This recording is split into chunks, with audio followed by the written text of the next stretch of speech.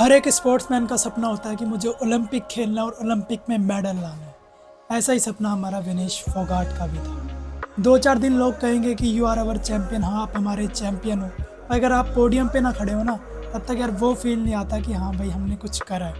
अगर लोग विनेश को तब भी याद रखते हैं कि हाँ भाई विनेश ने हमारे देश के लिए कुछ करा है, फिर तो चलो मेडल से बढ़कर वो ही है। अगर आप विनेश को भूलते नहीं हो तो विनेश के लिए सबसे बड़ी बात वही है। तो चलिए वीडियो को स्टार्ट करते हैं। विनेश फोगाट हरियाणा के चरखी दादरी जिले से आता है। विनेश फोगाट को उन सब का विरोध का सामना करना पड़ा जिन्हें लगता था कि कुश्ती सिर्फ लड़कों का खेल है। वो सिर्फ महज 9 साल की उम्र में ही उसे अपने पिता की मौत का दुख भी झेलना पड़ा और विनेश फोगाट के दादा महावीर फोगाट ने उन्हें सीधा कुश्ती में डाल दिया। 11 साल की उम्र में विनेश ने कुश्ती शुरू कर दी थी और वहीं से विनेश फोगाट का नई जिंदगी की शुरुआत हुई। मेडल जीत के बहुत इज्जत मिलता है, तो कौन सा मेडल जीतना तेरे को? कौन सा मेडल जीतना है? बोले ना ओलंपिक का। वे पागल, तो ओलंपिक में एक मेडल होता है क्या? 3 मेडल होता है। कौन कौन सा होता है? तांबे का, चांदी का और सोने का। सबसे बड़ा कौन सा होता है? सोना, गोल्ड। गोल्ड ही जीतेगी मैं। और वर्ल्ड चैंपियनशिप में कांस्य पदक जीतकर विनेश फोगाट ने रियो ओलंपिक्स के लिए क्वालिफाई करने वाली पहली भारतीय महिला बनी। और ये था 2016 का ओलंपिक्स, जहां पर विनेश हो गई थी इंजर्ड।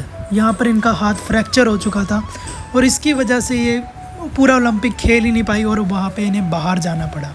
ये बहुत ही हार्ट ब्रेकिंग था।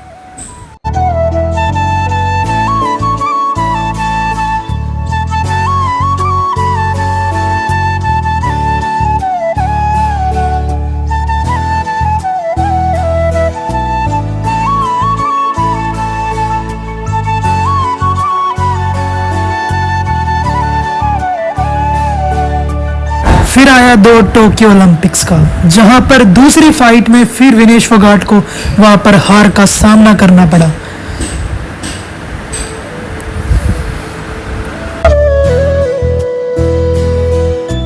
और 2020 टोक्यो ओलंपिक्स में भाई उनके साथ ना कोई फिजियो था, ना कोई डॉक्टर था। कुश्ती के बाद उन्हें अपना सामान खुद ही उठा के ले जाना पड़ा। आप सबको पता, मैंने इसमें डाला था कि मेरे साथ क्या क्या हुआ था। मेरे साथ कोई फिजियो नहीं था। क्या उस टाइम पे हम 4 महिला खिलाड़ियों के साथ में फिजियो जाना जरूरी था या अध्यक्ष जी का जाना ओलंपिक विलेज में जरूरी था? उनके साथ में जो हमारे विनोद जी सेक्रेटरी हैं उनका जाना जरूरी था, या मेरे साथ या मेरी जो महिला जो 4 लड़कियां थी उनके साथ में कोई महिला फिजियो का होना जरूरी था? क्या किसी ने उनसे सवाल किया इस बारे में? मुझे दोषी ठहरा दिया गया। जब मैं वेट कम कर रही थी 2 दिन तक, कोई मुझे संभालने वाला नहीं था। मेरे मुंह में पानी की बूंद नहीं थी 2 दिन तक। ये लड़कियां हम आपस में रो रहे हैं कि ये मेरे को बोले कि दीदी क्या करें। मैं बोलूं बेटा मैं क्या करूं। ये लड़कियां जूनियर हैं, ये हमसे जवाब मांगते हैं कि दीदी क्या चल रहा है, ये आप लोग इतने सालों से कैसे सर्वाइव कर रहे हो। मेरे बेटा सिस्टम के साथ मिल क्या लड़ाई कर। और ये वही विनेश फोगाट है जिसने जनवरी 2023 में साक्षी मलिक, बजरंग पुनिया और कई पहलवानों के साथ कुश्ती महासंघ के ब्रिजभूषण के खिलाफ एक विरोध किया था। उन पर यह आरोप लगा कि उन्होंने लंबे समय तक यौन उत्पीड़न का आरोप लगा उन पर, और इनके देश वाले ही इनके विरुद्ध हो गए थे और कहने लगे कि भाई इनकी कुश्ती खत्म हो चुकी है, अब ये कहीं मेडल लाने वाले नहीं है। फिर आया 2024 का दौर, जहां पर पेरिस में ओलंपिक्स होने वाले थे। यहां पर विनेश फोगाट ने 53 केजी में खेलने वाली 50 केजी में खेलने का फैसला किया। मतलब 3 किलो कम में खेलने का फैसला किया यहाँ पर विनेश फोगाट ने। और पेरिस ओलंपिक में उनकी फर्स्ट चुनौती बहुत ही टफ थी। उनका नाम था जापान की रेसलर सुसाकी से, जो अभी तक 82 मैच में से एक भी मैच नहीं हारी थी। इंटरनेशनल उनका वर्ल्ड रिकॉर्ड था।